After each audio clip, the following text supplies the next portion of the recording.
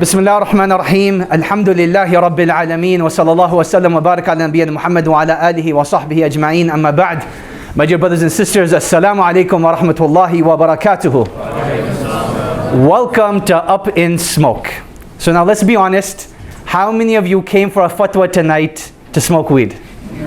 We actually have hands put up. So just to tell you that there will be no fatwas given and we will not be giving out samples. If you see smoke, it is actually a fire. Exit the building as soon as you see that, inshallah. With that having been said, we do have a lot of material to go through. This is what the game plan is going to be. I'm going to give a 10-minute introduction, inshallah. This is just a general introduction to what marijuana is, what are the things you need to know about it, the Islamic ruling on it. I'm going to pass it over to Dr. Nazir then. He's going to be speaking about the medicinal side or the medical side of it and its health consequences. Then Sheikh Ali is going to be speaking about the social aspects of it and how it actually impacts our youth.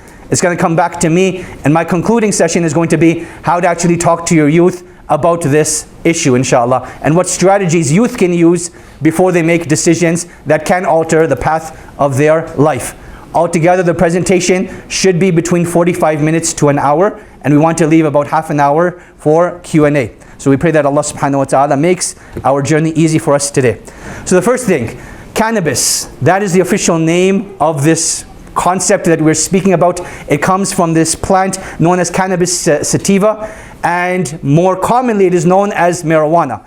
But you'll also notice that it has many other terms, and we'll get into that later on, particularly for parents. If you see these names on your children's phones or you hear your children talking about them, they're being shared so you are aware of them.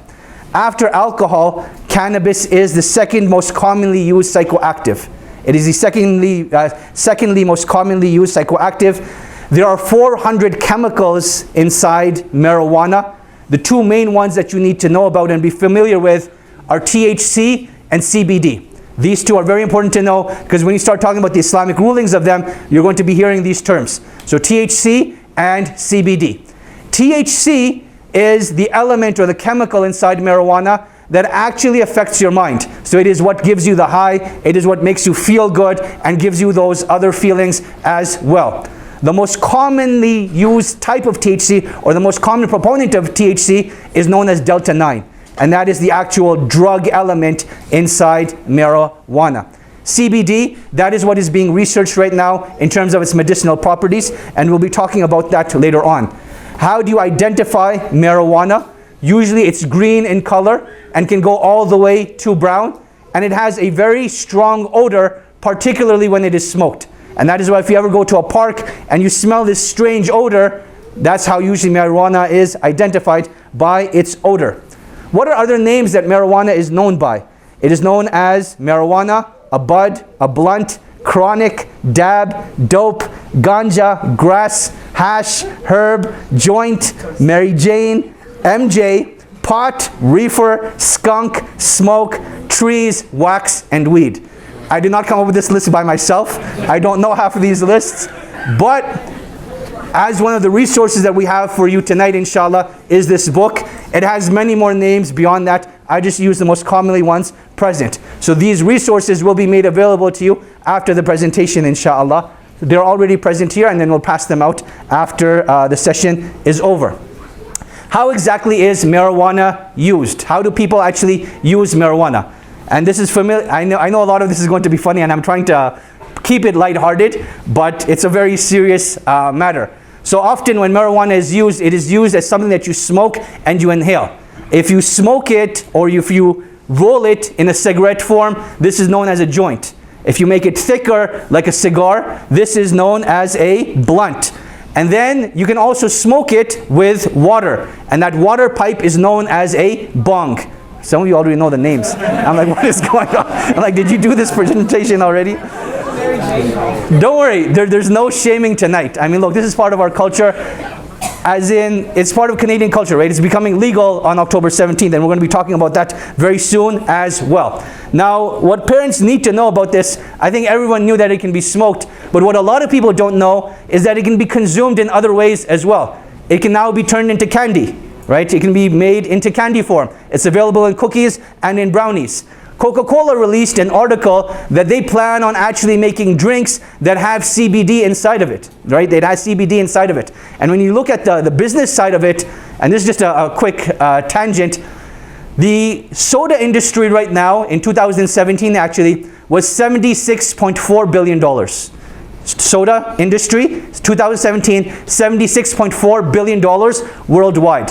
They're anticipating the legal marijuana industry by 2030 to be $75 billion, meaning it will be at par with the soda industry, and after 2030, it will actually overtake the soda industry. And you all know how much soda we consume, right? Almost every meal someone is having some sort of soda.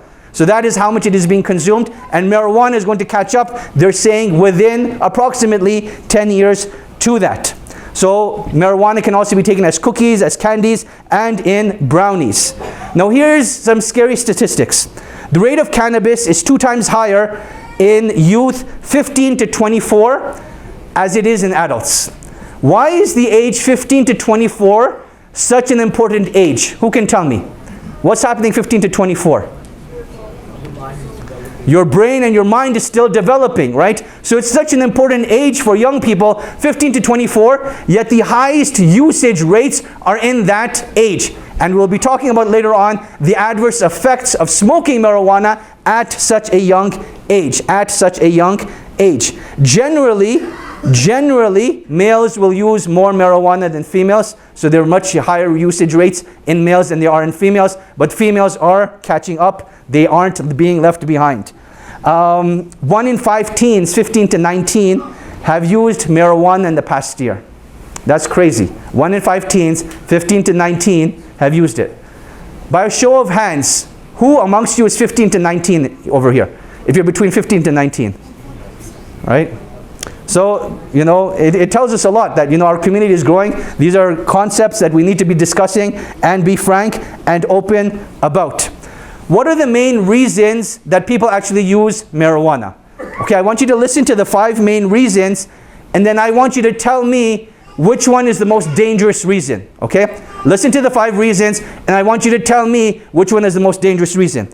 People will use it for pleasure. So this is just for the sake of feeling good. They want to have a good time, so they smoke marijuana. Number 2, they use it as a coping mechanism for stress, anxiety, and depression.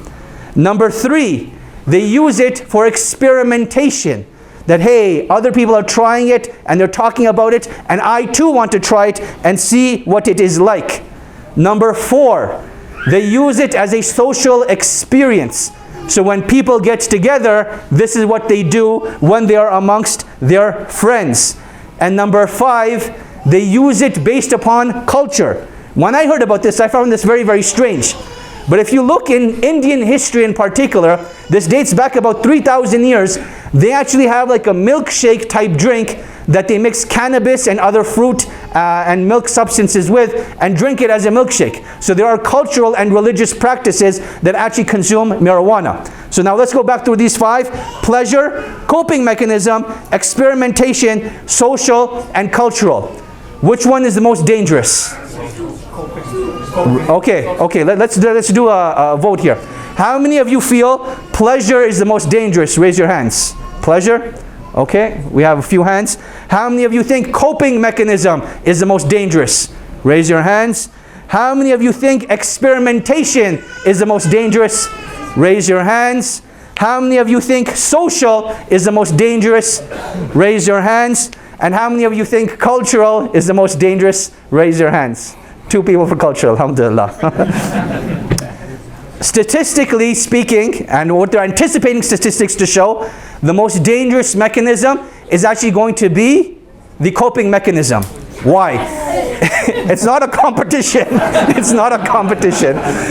It's going to be the coping mechanism. Why? Because as human beings, particularly as Muslims, we have coping mechanisms to deal with stress and anxiety, right? Praying to Allah subhanahu wa ta'ala, reciting Quran, making dua, speaking to professionals about our problems. These are the normal coping mechanisms that we're meant to use. But when people resort to any form of substance, whether it be alcohol, whether it be marijuana, or other narcotics and drugs, what they're doing is they're numbing the pain without actually dealing with the problem. numbing the pain without actually dealing with the problem. And that is something that is very, very dangerous. So that is the most, I guess, that is the thing that we have to be the most cautious of. What does smoking marijuana actually feel like? Alhamdulillah, I can confidently say, I don't know what that feels like. But research shows that it is the following. You will feel happy, you will feel relaxed, increased sociability, heightened sensations. Those are what they call the positive connotations with it. Here are the negatives now. Problems with memory and learning. Distorted perception in terms of your sight, your ability to hear, and your ability to touch.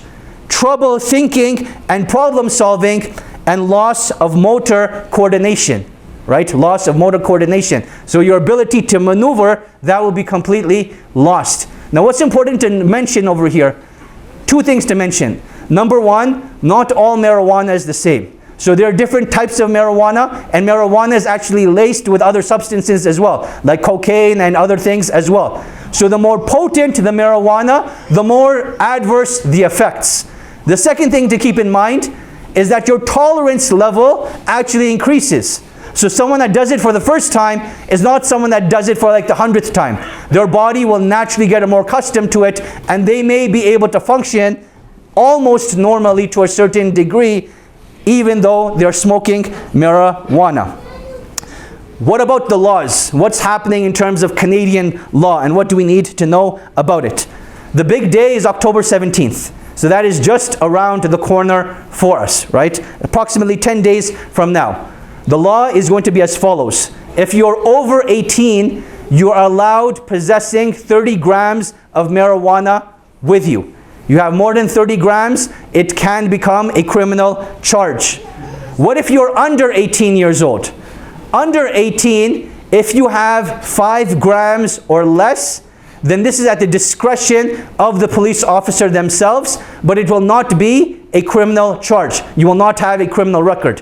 If you have over 5 grams, then this will now become a criminal charge. This will now become a criminal charge. Public consumption of marijuana will still not be allowed. You'll not be allowed to smoke marijuana or use marijuana outside buildings or in parks, but you will be allowed to use it in private residences. What is something important to know about private residences? Landlords have the right to specify that you are not allowed smoking marijuana on their premise. Just like they say that you can't have pets and you can't smoke, they also have the right to say that you cannot use marijuana on their premise. So landlords will have that right.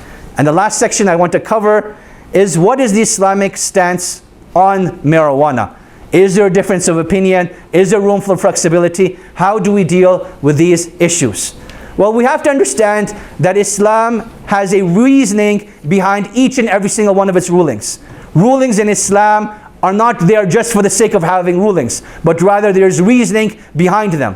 The closest thing that we can relate to this to is alcohol. We will all agree that the consumption of alcohol in its purest form is haram. It is haram because it is an intoxicant.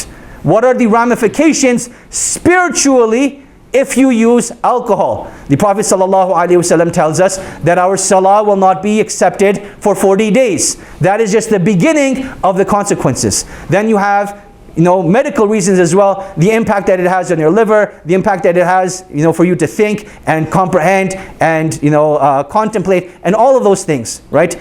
So that is like alcohol. Now with marijuana, someone may come and say, hey, marijuana isn't mentioned in the Quran, so therefore it must be halal because everything in the dunya is halal. Now you may think that's a silly argument, but you would be surprised how many young people come up with that argument. It's not mentioned in the Quran, therefore it must be halal. But that's not the way our faith works. As I mentioned, everything has a reasoning in terms of its rulings. And if that reasoning is present in other substances, whether it's mentioned in the Quran and the Sunnah or not, becomes irrelevant at that point. Right? You can argue that, hey, cocaine isn't mentioned and all these other drugs aren't mentioned. But no one would actually argue that they're halal, right? Because we see the adverse effects that those things have. So recreational usage of marijuana is actually very, very simple. I'm confident in saying that it is haram to recreationally use marijuana. Now we get to the medicinal component of it, And this is where you will have a lot more discussion. What the scholars of Islam are in consensus of, they are in the ijma' of, anything that is haram as a general rule cannot be used for medicinal purposes, with the exception if there is no other alternative. With the exception of if there is no other alternative. This is ijma'. It is one of the fundamental pillars of Islamic jurisprudence, right? It is something very, very heavy and concrete. But now, what is happening as technology advances, you can manipulate and alter the chemical properties of these drugs. And that is why it's very important to understand what THC and CBD are. Dr. Nazir is going to be speaking more about some of those components. But from an Islamic perspective, if there is anything that will hinder the faculty of the mind and your ability to judge between right and wrong and your ability to protect your human life, then that is something that will become haram.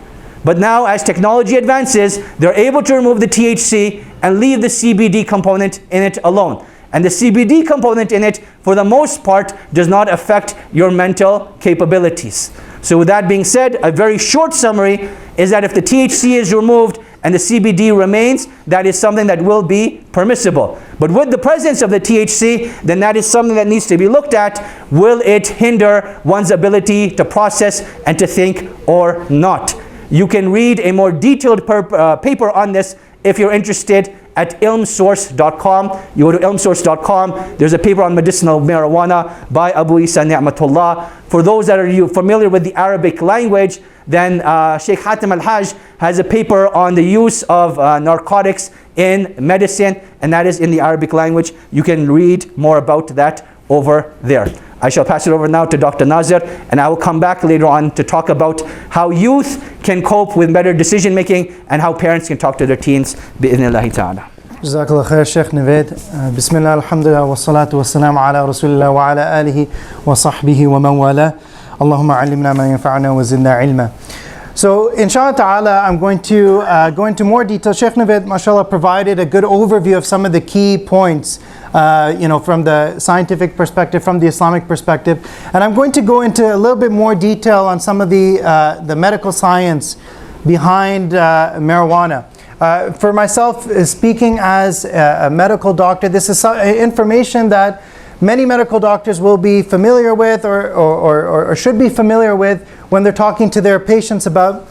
And for myself, my specialty is in neuroimaging, so some of the specific harmful effects of marijuana on the brain, there's an interesting discussion about how it impacts, for example, the hippocampus. It decreases the white matter in the hippocampus. So these are some of the interesting tangents that I will mention as well, inshallah ta'ala.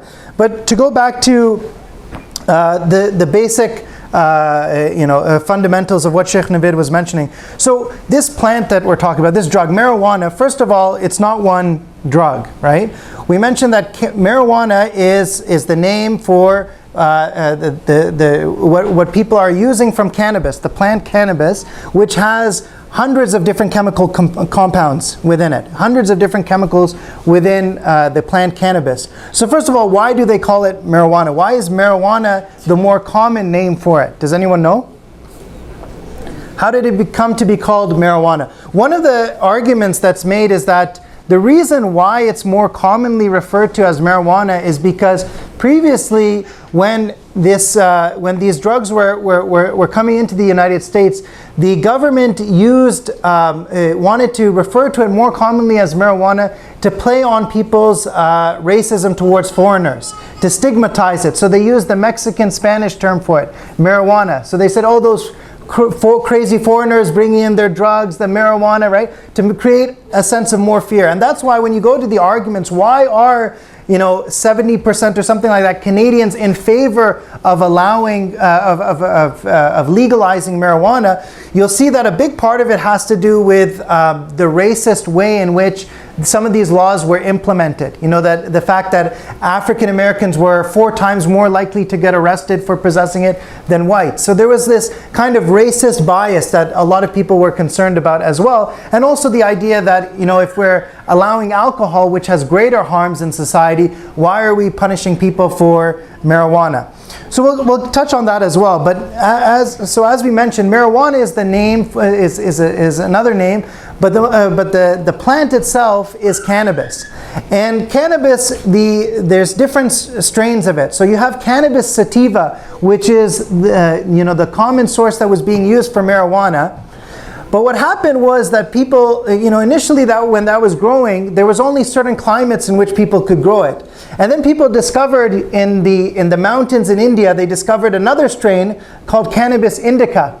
And they found that if they brought this back to the United States and they bred the two together, sativa and indica, they were able to create hybrids and they could breed it anywhere. And so that caused more cultivation of cannabis throughout the United States. Now, cannabis, as Sheikh Navaid mentioned, there's the two most important chemical compounds to know about. One is THC, or tetrahydrocannabinol, and that's the component that is psychoactive, meaning that it alters the mind. It causes psychosis. Right? The other compound is CBD, cannabidiol, right? And that's the component that is said to be not psychoactive, but it also has some important effects on the body that we'll talk about as well. So what does it mean when we say that THC causes psychosis? What is psychosis? Yes? When you go crazy.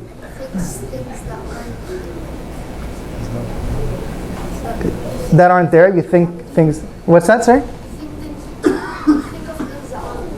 You think of things that aren't real. That's a very good explanation. So psychosis, it has, mashallah, it has different components to it. One is hallucinations, and another is delusions, right? So hallucination is when you perceive something that's not there. You see or hear or feel something and it's not actually there. So it's a disturbance of perception.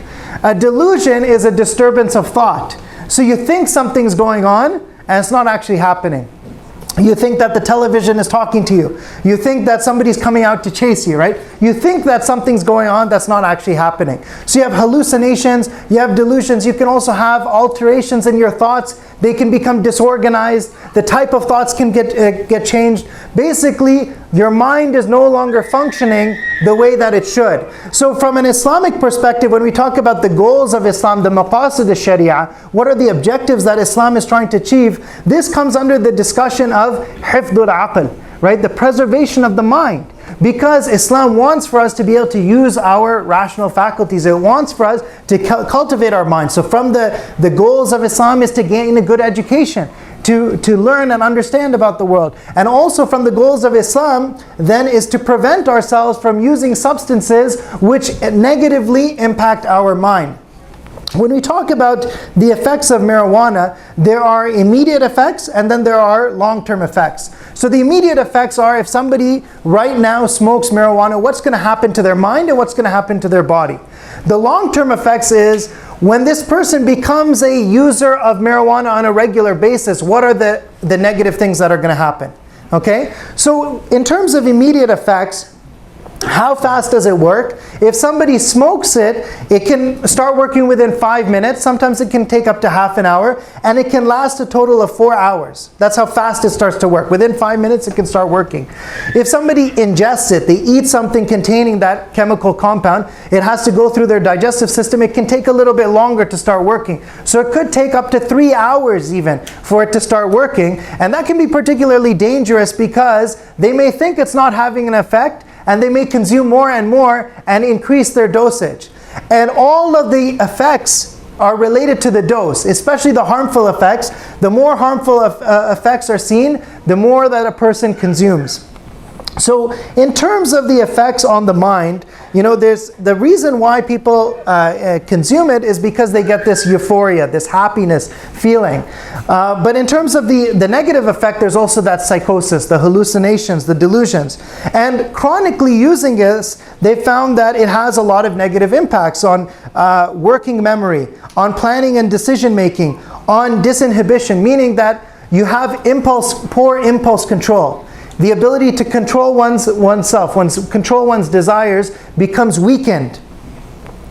And there's effects on the body as well. So, which we'll get to. The immediate effects on the body: a person's heart rate goes up, their blood pressure goes up, they may have slurred speech, their eyes become red. Right? That's something that a lot of people notice, that if somebody has been using marijuana, their eyes become red. They may have a dry mouth. They may become more hungry. Different things of that nature. Now, studies have shown, what are the effects of marijuana on the body. When you look at the brain in cannabis users, there was a systematic review that looked at multiple studies that were done, multiple research papers, 56 different papers, and they found that the hippocampus in the brain has a reduced gray matter density in people who are cannabis users, chronic cannabis users. What that means is the hippocampus is the structure in our brain that is associated with memory, right? So it shows you that you can actually see the changes on the brain when you do brain scans on these people who are chronically using this. In addition to that, some of these impacts are worse when the user is young. Okay, so Sheikh Navaid mentioned that that youth, up until a person's early 20s, their brain is still actually developing.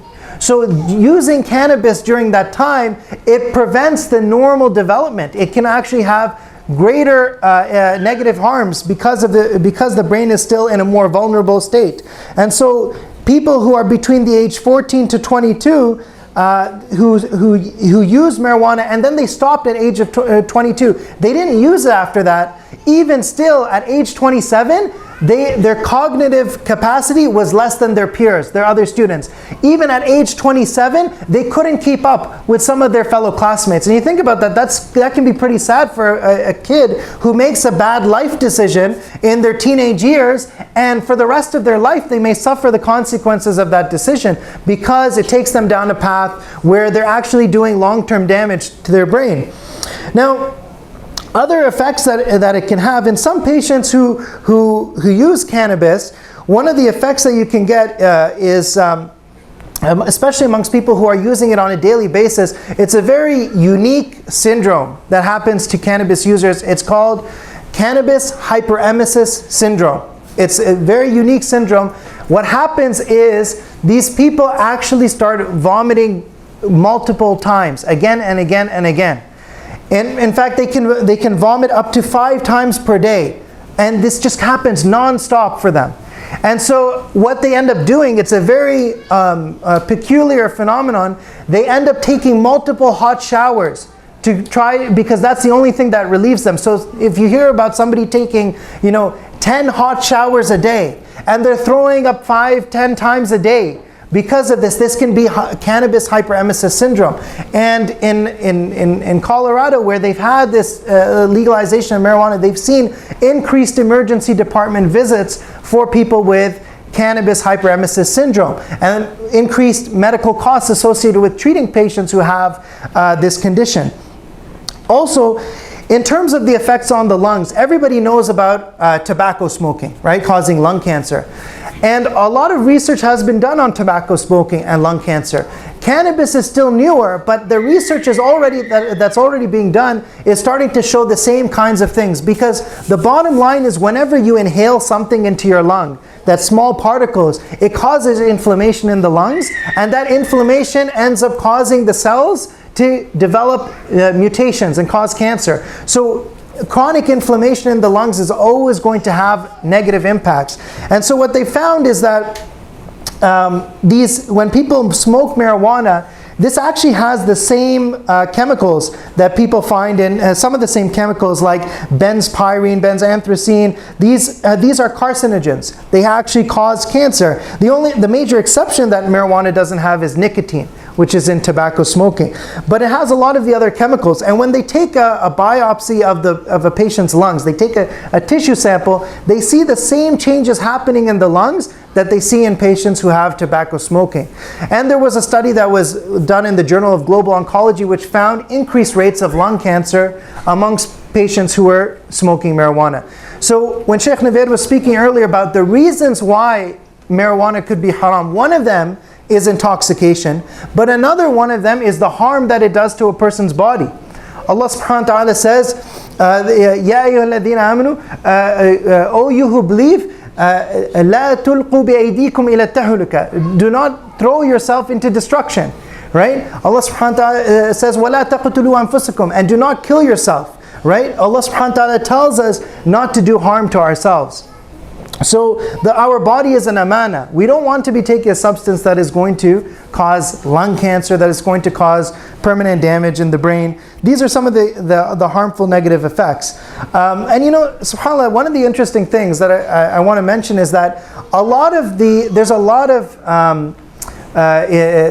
of media out there from people who are almost cult-like supporters of marijuana. I was speaking to one Muslim brother who's actually a neuroscientist who does full-time research in cannabis and its relationship to mental disorders like schizophrenia. And he said that an interesting point that he mentioned is that for some people it's almost like a religion. Like they want to just say that marijuana cures cancer, marijuana does this, marijuana does that. And subhanAllah, I saw some of these popular YouTube talk shows where the people are speaking about marijuana, and one guy was saying, oh, of course it's good for the body, right? You know, when you smoke marijuana, it's not bad for your lungs, it's good for your lungs. It clears out all the mucus in your lungs. And subhanAllah, this shows you the harms of ignorance in our times, because the reason why people who smoke marijuana, they cough out more mucus is because it actually destroys the normal mucus clearing system in your lungs, the cilia, the normal epithelium in the lungs, and it replaces that with mucus secreting goblet cells, which are actually secreting more mucus. So when you're coughing up more mucus, it's not because you're clearing out your lungs, it's because you've actually destroyed the normal lining in the lungs, and now your lungs are producing more mucus. So that's one of the harms as well. Also, in terms of some of the other points to consider, so we mentioned that mental illness is something that it has been associated. Now the link is not cause and effect between schizophrenia and cannabis, which is important to clarify. It's not that somebody smokes marijuana, they get schizophrenia, but it's showing that there's an interesting connection where a person might have an increased predisposition to getting schizophrenia, and marijuana makes it worse, right? So there is some kind of connection that is there, and there's more research that's being done on this as well. Now, lastly, I want to get to what are some of the quote-unquote medical benefits that people are talking about, and can somebody take marijuana for medical purposes. The College of Family Physicians of Canada released a set of guidelines in February of this year, and these are guidelines for family doctors across Canada to reference and use in treating their patients. And you'll notice that in these guidelines, there's a lot that's mentioned about it. First of all, it mentions right at the beginning, in general, we recommend against prescribing medical marijuana, except for very few indications where where evidence has been brought, and other medications don't work. So subhanAllah, when Shaykh Navaid mentions about what the scholars of fiqh are saying about using it as a last resort, it's actually the same thing that the medical doctors are saying, right? So if you look at what is the advice about using it for chronic pain, they actually mention that you can use it if you've tried 3 or more other medications that are not working for your neuropathic pain. So they mention it as a third line option. Right? Similarly, for palliative end-of-life care in cancer patients, they have to have tried 2 other medications that don't work, then you can consider it. And if somebody is considering medical cannabis, they shouldn't be using just a street product, they should be using a pharmaceutical product that has been manufactured by pharmacies and tested in patients to know that it's safe as well. Other proven areas where there has been some benefit, there's research relating to CBD, and there's also research relating to THC. So remember, THC is the one that's psychoactive, and that would be the one that's more controversial from an Islamic perspective. THC is the one that seems to actually suppress vomiting. The CBD is the one that doesn't have that vomiting suppression effect. Now THC, there's some research talking about using it in chemotherapy-related nausea and vomiting. So patients taking chemotherapy for cancer who get nausea and vomiting, there's some research showing that it may have a role in that situation. In terms of seizures, that's another situation where CBD has been shown to have some benefit in kids who have specific seizure syndrome. So for example, there's a syndrome called Dravet syndrome. Babies who have these repeated seizures and nothing else seems to be working, a doctor may prescribe medical cannabis. Similarly, there's another seizure-related syndrome in kids, Lennox-Gastaut syndrome, which is another one where CBD may have a benefit. CBD may have a benefit. Now, as Muslims, we encourage scientific research. I think it's important to emphasize that. And yes, we're emphasizing some of the negative harms, so people don't take this matter lightly, and they don't say, oh, there's not a serious consequence to it. But there is also some ongoing medical research that shows that may expand the role for medical marijuana in some cases. So there's interesting research about cancers where medical marijuana may actually suppress the growth of tumors, and that research shows that it can have different effects depending on the specific concentration.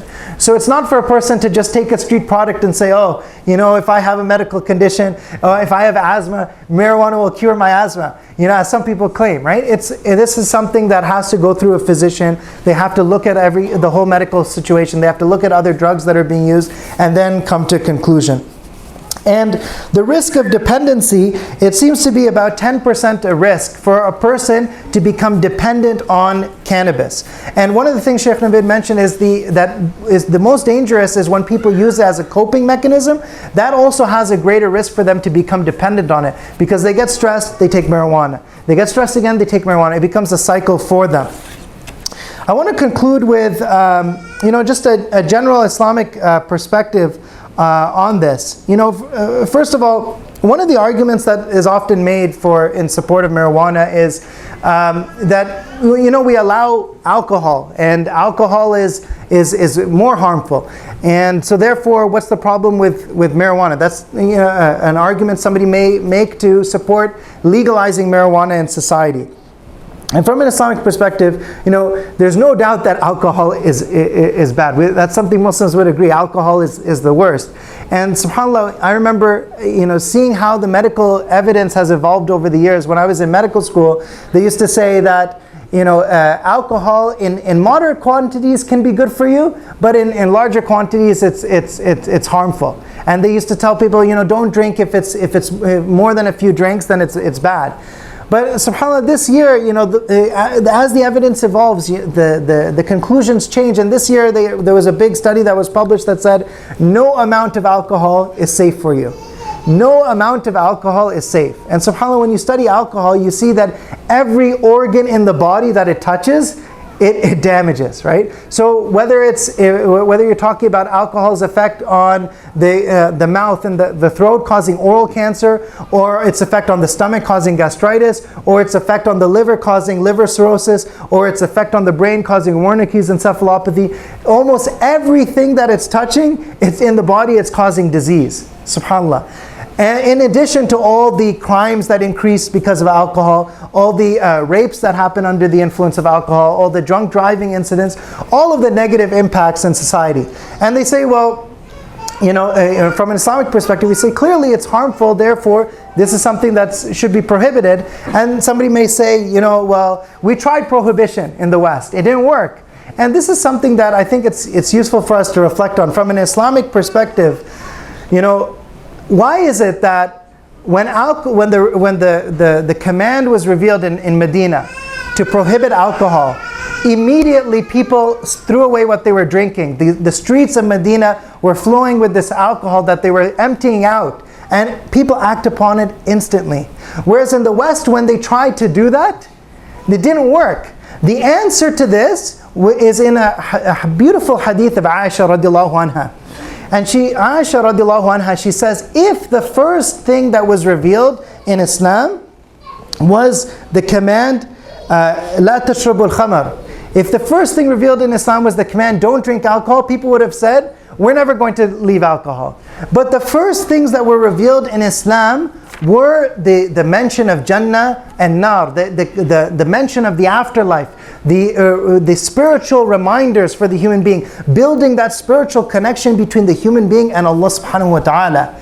She says, حَتَّى إِذَا ثَابَتَ الْقُلُوبُ إِلَىٰ رَبِّهَا نَزَلَ الْحَلَالُ وَالْحَرَامُ. Until when hearts became firmly attached in their connection with their Lord, then the commands for prohibition and permissibility were revealed. So what it shows us in Islam is that you can't force a society to leave something that they want to follow their desires in doing if it's just based on laws and legal punishments. It has to have a spiritual implication for them. And it has to be because a person spiritually believes this thing is harmful. This is going to harm my relationship with Allah subhanahu wa ta'ala. This may close doors for me that I won't be able to open again.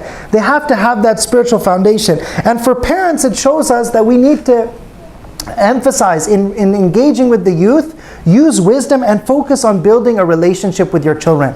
Don't focus on if your only relationship with your kid is do this and don't do this, what kind of relationship is that? Do you think they will feel comfortable coming to you? And would you want your kid to leave something just because they say, I don't want my parents to find out I'm doing that? What's better, that they say, I'm not going to do this because my parents said so, or they say, I'm not going to do this because I believe that it will take me away from Allah subhanahu wa ta'ala? Which is the better option? So you see, when the youth came to the Prophet Muhammad sallallahu alaihi wasallam and he said, Ya Rasulullah, give me permission to do zina.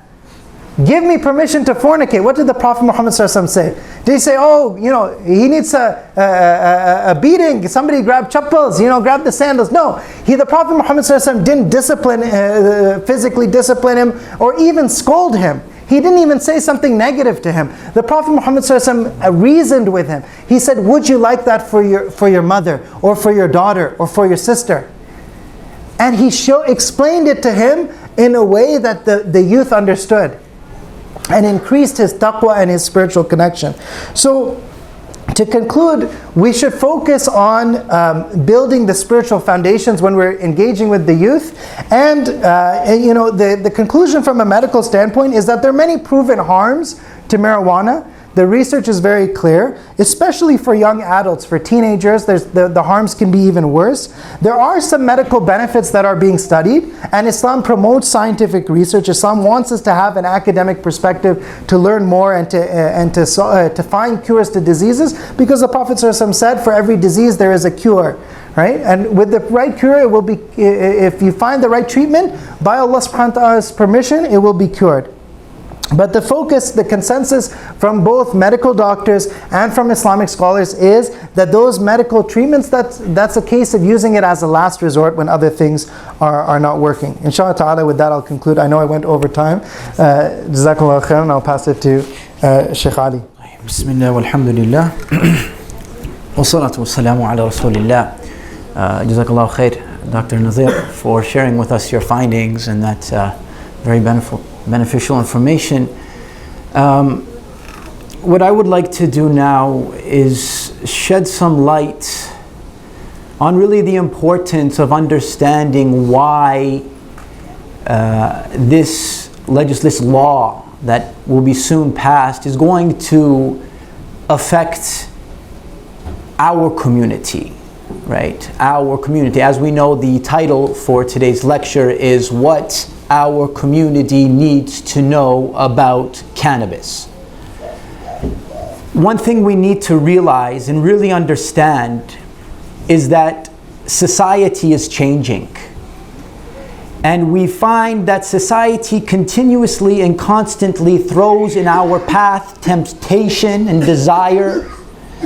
And we're getting to the point now where it becomes difficult as a parent, or it becomes difficult as a youth, to hold on to some of your own beliefs and some of your values and your morals. It's become difficult. And this is actually something that the Prophet ﷺ prophesied over 1400 years ago, where he said, يأتي على الناس زمان القابض على دينه كالقابض على الجمر. That there will come a time, and I think we have a strong argument to say that we are in this time now, today, where the person who wants to hold on to his deen, or hold on to his values, or his morals, or what he believes in, it becomes difficult. So much so that it is as if they are juggling a burning coal in their hand. So it's only natural as Muslims to feel as if at times we are going against society and the norms of society and what, society deems as acceptable and correct and right and cool. It's an uphill battle. You're going against the grain and you're fighting a current. And you're turning into somewhat of a stranger. But this is a good thing. As the Prophet ﷺ taught us, كُن فِي الدُّنْيَا كَأَنَّكَ غَرِيبٌ أَوْ عَابِرِ السَّبِيلِ. So it's okay to feel at times that, you know what, I don't fit in. Everybody around me is doing something and I'm not doing it, and I'm the outcast or I'm the black sheep. That's okay. كُن فِي الدُّنْيَا كَأَنَّكَ غَرِيبٌ. Be in this life as if you are a stranger. Now, the reality is that when it comes to the legalization of marijuana, everyone is going to be affected. Everyone will be affected. Some more than others, but we will all be affected in some way. I was in a print shop just a couple weeks ago. I was getting some books prepared, and the owners of this print shop, they're Muslims, good friends of the community. And I was speaking to them, and all of a sudden the issue of marijuana came into play. And the mother, she was very concerned, and she said to me, she said, Ali, I'm concerned. And I said, what is your concern? She said that right now as we speak, they are opening up a marijuana cannabis dispensary. Meaning this is going to be the hot spot. You know Toys R Us? This is Weed R Us. You find anything you want in there. From the candies, as Sheikh was mentioning, the different edibles, the different strains of marijuana. It's all there.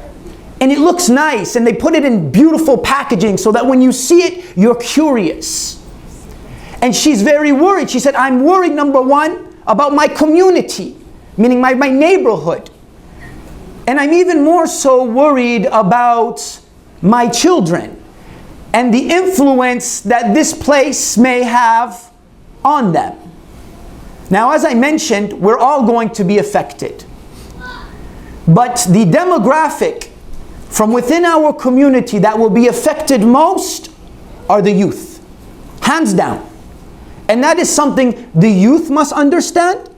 And that is something those who are responsible for the youth, whether it be the parents, whether it be the imams, whether it be any type of youth coordinators, whether it even be a big brother or a big sister, we need to understand that there is going to be a war on drugs. And the reality is some of us will be harmed, some of us will fall victim, and some of us will triumph. That is the reality. I have been dealing with the youth in this community for some time. And when it comes to drug use, I've dealt with many different types of youth. There are youth who are interested in trying, in smoking weed, because everybody around them are doing it. There are youth who are in it so deep that they feel as if they're addicted and there's no way out. And there are youth who are actually dealing these drugs. Literally, they're dealing these drugs, they're making a profit, they're making money off other Muslim kids in order for them to benefit just a little bit from this dunya. One thing I've realized in dealing with the youth, especially those who are in it, and I know a lot of youth who are in it, and these are Muslim youth, right? Don't think for a second that your child is completely safe, or there's a force field around your child when he or she steps out of the house and this will not affect them. Do not fool yourself. But one of the things that I've begin to recognize is the why. And the why is so important. Why are our children interested in smoking marijuana? Why are our children indulging in this type of activity? Why? And why is it important for us as parents and as guardians and as leaders to understand the why?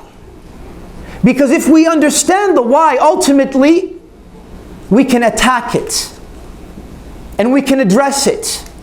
And we can offer our youth alternatives, because this is what they need. Allah subhanahu wa ta'ala, for everything that He has made haram, there is an alternative that is halal. And it is our duty to aid and help and assist our youth in finding these alternatives. Now, what I would like to do is share with you some of my experience. Sheikh Navaid mentioned a few of these things. I believe it was 5. What I've done is I've been able to categorize these reasons of why into 2 different segments. There are external factors and there are internal factors. As for the external factor, one of the main reasons why we find our children so curious and so intrigued and so, willing to want to indulge in marijuana and different types of drugs is because of friendship, is because of companionship, is because of the people they hang around. And I'll tell you this right now, the people that your children hang around are the most influential people in your children's life. The people, the friends that your children hang around are more influential to them than you, than me, than Allah, and then Muhammad sallallahu alayhi wasallam. This is the reality. Their influence is there. And if our youth do not recognize this, then they will only fall victim. It only takes one youth, one kid, to come and pollute and introduce this type of idea. One kid.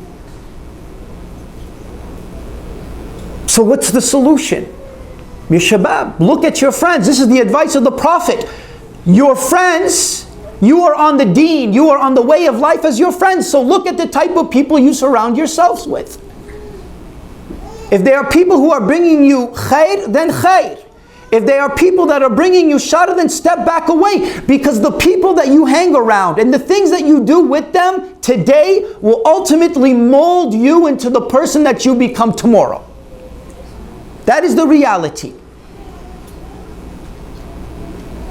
And we have this idea that we need all these friends. We need friends. We need more friends. Junior high, high school, university. Our youth have this idea that we need. The more friends we have, the more happier we will be, or the more accepted we will feel. But in reality, the more friends that you have, the more peer pressure you are going to face. And I'll tell you something about marijuana, weed, dope, that the number one reason why people try for the first time marijuana is because of peer pressure. Now afterwards there might be other reasons why they continue, but the initial reason why the majority of young men and young women indulge in marijuana use is because of the peer pressure.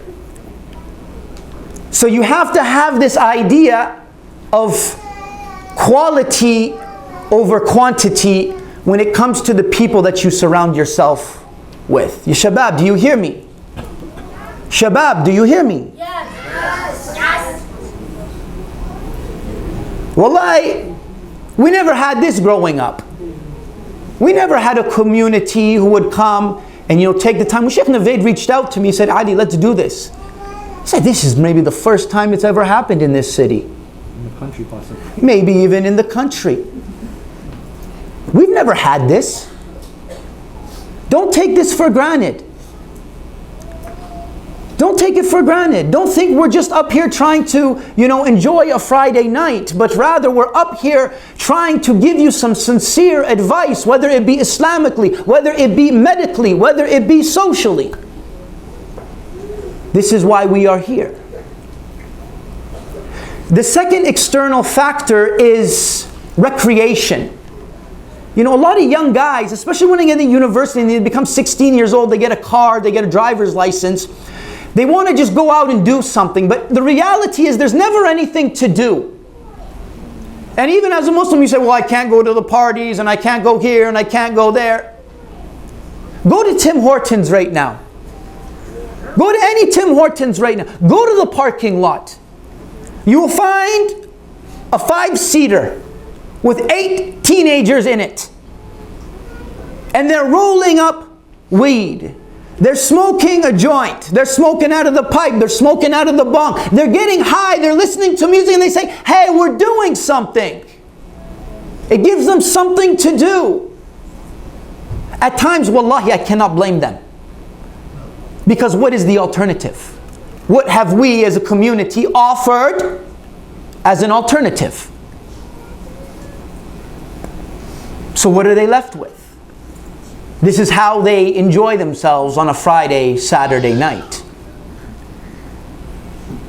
Your environment matters. In terms of internal factors, and this is the most concerning factor for me, and we've mentioned it, and we've all agreed that the internal factor of using marijuana to numb your pain. Ya shabab, listen to me. To numb your pain. Wallah, I asked him, I said, why are you smoking? He says, Wallahi Ali, it just makes me forget about everything. It numbs the pain. I forget about my problems. And this is so concerning because I tell the young man, I tell the young woman, that you're 15, 16, 17, 18-year-olds. What problems? I'm not negating, the issues that our youth are facing. But ya shabab, as you grow and you become older, you're going to face a lot more struggle in your life. None of you guys have a spouse that you need to take care of. None of you guys have children that you need to take care of. None of you guys are paying rent. None of you guys are working a 9 to 5. None of you guys are responsible for, a business. And as you become older, you're going to be facing these problems. And if you are relying on these types of substances to numb the pain, then what is happening is you're only causing more harm. And when weed finally is no longer the answer, you move to the harder drug. As they say, marijuana is the gateway drug. It's true. Because especially if you're using it for your problems, everybody is going to face issues and hardship in their life. And if we're using this as a means to, subdue this emotion and pain, then we're only causing more pain. I always tell the shabab, it's like a jarh. It's like a slash, when you get cut. You need to go to the hospital and you need to go and get stitches. You need to sanitize it. Or you can just go grab a Band-Aid and put it on top. What's going to happen? You want a quick fix, but what's ultimately going to happen to that scar? That scar on your arm or that scar in your heart? It's going to become infected. It's going to become infected until they have to amputate it. And it's no longer a part of you. You've lost a part of yourself. That's what drugs do to you. That's why when somebody's cracked out or somebody's high, say, you're not acting like yourself. Because they lost a part of themselves. Just imagine this, picture this. When you blow that weed out, ya shabab, that's a part of you coming out. Right? And this is what they do sometimes. They say, who can take the biggest hit? Meaning who can who can lose themselves the most. This is the reality. May Allah subhanahu wa ta'ala protect our youth.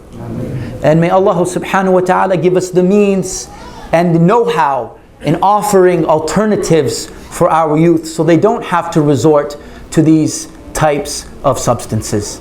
Jazakumullah khair. I will pass it back to Sheikh Navaid so he can conclude. Okay, so my concluding remarks were meant to deal with how parents should talk to their teens, and then, how do youth make better decisions in their lives. I'm going to skip the part about how parents should speak about their teens, and I'm going to explain why. Every tip that I have about how parents should speak about their teens is coming from this booklet over here. This booklet is produced by the government and it's being distributed for free. You can download a soft copy from the internet, and we actually have 15 copies over here. So we're going to give half to the sisters and half to the brothers. What I'm going to ask is only parents should take this booklet. Only parents should take this booklet. If the booklets run out, send me an email and I'll send you a soft copy of the booklet, or at least tell you how you can order a physical copy. This is where you will find techniques on how to speak to your youth, to your teenagers, about marijuana. We have a second resource over here, which is produced by YouthLink, the partners of CPS. And these resources are just about more information. Pretty much everything that we've said, there's like a similar link that you can find on this, with the exception of the Islamic component. The social component, the medical component, the harms of it, the relationship with mental health, and all of those issues, you will find a link for it. We have 50 copies of these. Again, we'll split half and half between the brothers and the sisters. What's not mentioned in these resources is how do we develop resilience? How do we develop more critical thinking skills in making better decisions for ourselves? And this is where I just want to give 3 quick points to our youth. That in life in general, just apply these 3 questions, right? Question number 1, do I have the information that I need to make this choice? Do I have the information that I need to make this choice? Why is that important? Because you need to understand what the consequences of your choices actually are. We spoke about the spiritual consequence. Can you imagine your salah not being valid for 40 days? For 40 days straight, you're praying, but it's not having an effect. It's not being accepted. Why? Because you're using drugs, you're using alcohol, right? That's just a spiritual reason not to do it. So make sure you have all the information that you need before you make a choice. Number 2, how does this fit with my values? Each and every one of us has a value system. We understand what is good, we understand what is bad. And the mistake that people make is that they're willing to compromise on their values for other reasons. For the sake of fitting in, for the sake of numbing the pain, for the sake of trying something new. All of these reasons will be presented. You have to understand that your values are what make you as a person. That is the only thing that you have as an individual, is your values. And never compromise on those values. So hold strong to those values that you have and never compromise on them. So number 1, information. Number 2, your values. And number 3, that even if you think you have enough information, even if you think, you know what, I can let my value go for a while, Allah subhanahu wa ta'ala has internally placed inside of you a system, a moral compass, that when you're about to do something wrong, your heart rate will go up. You will get nervous. You will start to feel sick to your stomach till you make that decision. That is your body telling you, you shouldn't be doing this. So if you're going through with it, just pay attention to how your body feels. If your body is telling you not to do it, it's telling you not to do it for a reason. I shouldn't be here. I shouldn't be doing this. Get out of that situation. Get out of that situation. And what really, really helps is having a family member or a friend on standby. So what that means is, you have your phone, and just as like a subtle clue word, maybe something like, something very obvious would be help. They come and pick you up right away. But you can make it even more subtle if you're afraid that your friends are checking what you're typing on your phone. Make it even something more subtle. Just type the word like clown or something. Where your family or your friend, they know that you want to get out of the situation that you're in. They come and pick you up and take you somewhere else. You have that word to get out of that situation.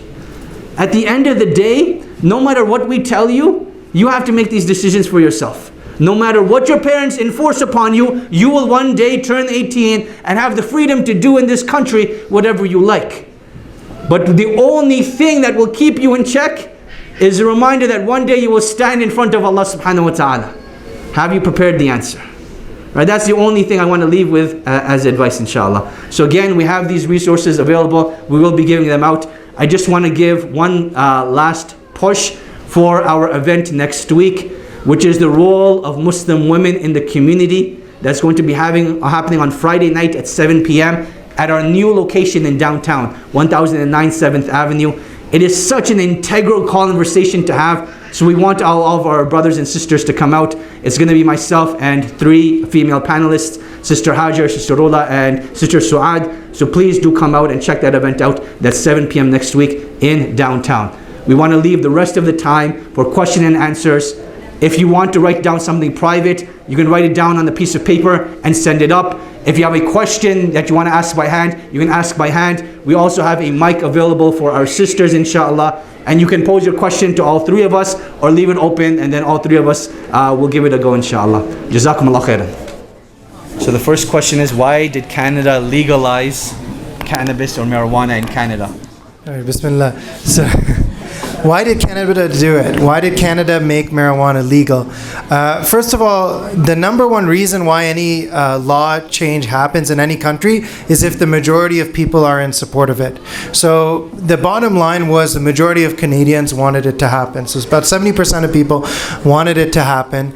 But if you look at what are the reasons why Canadians wanted this to happen. So there's a few arguments, and many of them are, even from an Islamic perspective, you can see a lot of merit to some of the arguments. So some of the arguments that are made, that the money that is used from marijuana being sold is going into the hands of gangs and organized crimes. So one of the arguments was made was that if we do this, that money instead goes to the government, and it decreases a source of revenue for some of these gangs. It decreases a major source of revenue. Another argument that was made was that a lot of people who are using marijuana, it will become safer for them if it's legalized, because the marijuana that they're getting on the streets, it could be contaminated, it could have other drugs mixed into it, it could be more deadly, the dosage could be altered, and so they could have a lot worse medical problems if it's not legalized. And they felt that if it was legalized, then you can regulate it more. You can make it easier to make sure that kids aren't getting it. That was one of the arguments. I'm not commenting on this argument being valid or invalid. I'm saying this is what the argument was that caused people to want to legalize it. Now, then those are arguments that in general, if we can keep the level of the noise down, I know some people are getting up to leave, but if we can keep the level of the noise down for the benefit of and inshallah ta'ala, we're going to be praying salah as well, and there's people who are already praying. So for everyone, just if you could keep the level of the noise down. So the other arguments that are used, bottom line is, some of them stem from different philosophies, moral philosophies, right? So a big moral philosophy for a lot of people in the West is the philosophy of liberalism, right? The idea that if I want to do something and it brings me pleasure and it's not hurting somebody else, nobody should prevent me from doing it. If I want to do something that brings me pleasure, nobody has the right to tell me not to do it. That fundamental philosophy drives a lot of the changes in policy. Now, from an Islamic perspective, we have a very different view. We actually believe that if you want to do something that brings you pleasure, but it's not good for you spiritually, you can actually, the way to become a better person is by actually controlling your desires, restraining your desires. There's no concept of restraining your desires in that other philosophy, right? So a big part of it is, in Islam, we believe you should control your nafs. You should do mujahadatun nafs. You should strive against your desires. You should not do following your shahawat, your desires or your hawa. Whereas for a lot of people whose only value in society, or whose only purpose in life is, we're here in this worldly life, the only thing that we can do here is to maximize pleasure, of course they will want to do that, right? Now, as a statistic, 40% of Canadians have used marijuana at some point themselves.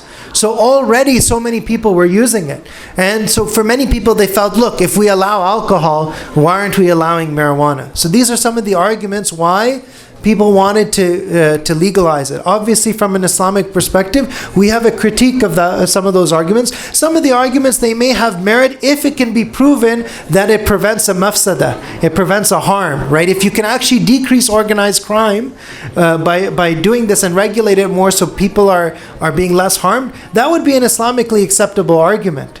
But there's other arguments as well that, from an Islamic standpoint, we wouldn't agree that just because something brings you pleasure and you want to do it, that therefore there's not a problem. We have a question from the sisters, inshallah. Assalamu alaikum. Wa alaikum assalam wa rahmatullah. The sister's question was hemp hearts or hemp seeds. Are they able to be consumed in protein shakes as food? They have 0.3% THC. So in general, the rulings in Islam are related to the substance having an effect on the human being, right? So some people say, well, even in orange juice, there's like a 0.00% of alcohol. Therefore, should we not drink orange juice, right? The Islamic rulings come into effect when that percentage is enough that if a person drinks it, it will actually cause intoxication. Now the Prophet Muhammad ﷺ said that whatever intoxicates in large amounts, مَا سَكَرَ كَثِيرُهُ فَقَلِيلُهُ حَرَامٌ. Right? Whatever intoxicates in large amounts, then even a small amount is impermissible. Meaning that if there was something that if you eat a lot of it or you drink a lot of it, you'll get drunk, then even a small amount wouldn't be permissible. Now, when it comes to orange juice, no matter how much orange juice you drink, you'll never get drunk, right? No matter how much of the hemp seeds you have, you won't have the hallucinations, right? So that's the principal ruling there. Exactly. Let's go back to the sisters. Yeah. So the next question is, as an international medical graduate, I have been offered a position of a clinical assistant in a cannabis clinic. Is this permissible? So there's a few things to consider. First of all, we talked about what the ruling would be for somebody to take, the medication, and we said that to prescribe medical cannabis, you have to follow certain guidelines, and the guidelines from the doctors are the same as the guidelines from the Islamic scholars, really. That you have to use it as a last resort for something that has been proven to have an indication, right? So if somebody was staying within those guidelines and was, avoiding prescribing, I would say take an extra cautious approach, right? So, for example, THC is the part of marijuana that causes the psychosis, right? It causes the intoxicating effects. If a person says, okay, I would try to avoid prescribing that unless it was absolutely necessary. A patient has debilitating pain, they've tried 3 other medications, it's still refractory to that, and then I would prescribe that in that situation. That's Islamically, that's considered darura. It's a medical necessity. Or if somebody says, I'm going to focus on prescribing CBD in those proven indications, and it's not intoxicating. If somebody restricts themselves to those things that are proven, they're generally erring on the side of caution. The Prophet Muhammad ﷺ said, "Innal halala bayyin wa innal harama bayyin." The halal is clear and the haram is clear. Wa baynahuma umurun mushtabihat la ya'lamuhunna kathirun minan nas. And between those two, there's a gray area. A lot of people may not know about it, right? A lot of people may not know the answer. But as scholars or somebody who has expertise, they may know that, okay, this thing that seems like it's in the gray area, maybe it's actually halal. This thing that seems like it's in the gray area, maybe it's actually haram. But obviously the approach from the Prophet Muhammad ﷺ advises in general, فَمَنِ اتَّقَى الشُّبُهَاتِ فَقَدْ اسْتَبْرَأَ لِدِينِهِ وَعِرْضِهِ. Right? Somebody who avoids, is extra cautious about the gray area, they've protected their deen and their honor. وَمَنْ وَقَعَ فِي الشُّبَهَاتِ وَقَعَ فِي الْحَرَامِ. And whoever just always is in the gray area, they're always doing things in the gray area. They say, okay, this is kind of unclear, medical marijuana here or not. Okay, just prescribe it. Just prescribe it. If you're not being extra cautious and extra vigilant, you're going to end up doing things that cross over into haram, right? So you want to be extra cautious about those things. Wallahu ta'ala alam. Repeat the question, inshallah. Yeah. So the question was, joking in about marijuana and saying, hey, I'm going to go out and go smoke a joint. I'll just give it to you as the Prophet ﷺ gave it to the Ummah. من كان يؤمن بالله واليوم الآخر فليقل خيرا أو ليصمت. That if you believe in Allah and you believe in His Messenger in the Day of Judgment, then it is only that you speak good and proper, or you just don't say anything at all. It's a very simple principle, inshallah. Jazakallah. My issue is, who do we trust? Excellent. Jazakallah khair. I definitely empathize with the question. The question is, when there's all this conflicting information out there, who do we trust? And subhanAllah, this is especially a difficulty in the times that we're living in. The Prophet ﷺ warned us that during the end of times, there would be many speakers, but few scholars, right? Many people spreading information, and the Prophet Muhammad ﷺ told us in the end of times, a lie would be considered a truth and a truth would be considered a lie. We're living in the age of alternative facts, right? We're living in an age where everybody makes up their own facts, right? SubhanAllah. And part of it also has to do with a culture of rejecting authority, right? Nowadays, the patient comes to the doctor and the doctor says, this is your diagnosis and this is the medication that you need. And the patient said, but I Googled it. And I don't need that medication, right? I Googled it, I watched a YouTube video, and I saw an Instagram post, and I think you're trying to kill me, right? So now the doctor doesn't know what to do, right? So there's this problem in society where you have many people who are speaking, and many people may not be qualified. The important thing, Muslims identified this problem early on. When people were narrating hadith, they would say, tell us, who did you hear from? Who named to us your isnad? Where is your ijazah? Who is the one who taught you? So in the same way now, in the West, we have a concept of credentials, right? When somebody gives you a claim, is it backed up by medical evidence? Is it coming from published medical data that has been approved and become consensus guidelines published by doctors that are practiced across the country, right? So, for example, the case of vaccines causing autism, this is, a controversy that's been stirred up by many vocal celebrities, and a lot of people are influenced by this. But if you ask, every medical council, you ask the Canadian College of Family Doctors, you ask the Royal College of Physicians and Surgeons of Canada, you ask people who are licensed from these regulatory bodies, they will say no, there's no evidence to that, because we have to follow the scientific evidence. Ibn al-Qayyim rahimahullah said every claim has to be backed up by either a direct evidence from logic or from senses, from your perception. And in medicine, we have a system to gather evidence. So if somebody claims that a medication works, we don't just give it to patients. First, you have to do something called a randomized clinical trial. So you take a large group of thousands of people and you give them that medication. And you take another group of thousands of people and you give them something that looks exactly like that medication, but it's just an empty tablet. It's just sugar. And it's called a placebo. And then you see, does it actually have a proven benefit, right? And both groups think they're taking the medication, right? And so with marijuana, they've done some of these trials, right? They've given some people THC, they've given some people placebo, and a lot of the claimed benefits are not actually proven benefits when you do a scientific study. Wallahu ta'ala alam. Now, your question is very important, and that is, how do you help someone that is addicted to marijuana and cannabis? So inshallah, we'll get a social perspective on that, and we'll also get a medicinal perspective on that. I spoke the whole time. I don't have Okay, so someone that's addicted, I think clearly understand, you have to take them to someone that's qualified. But the most important thing is getting them to understand that they need help. So here's multiple things that you need to understand.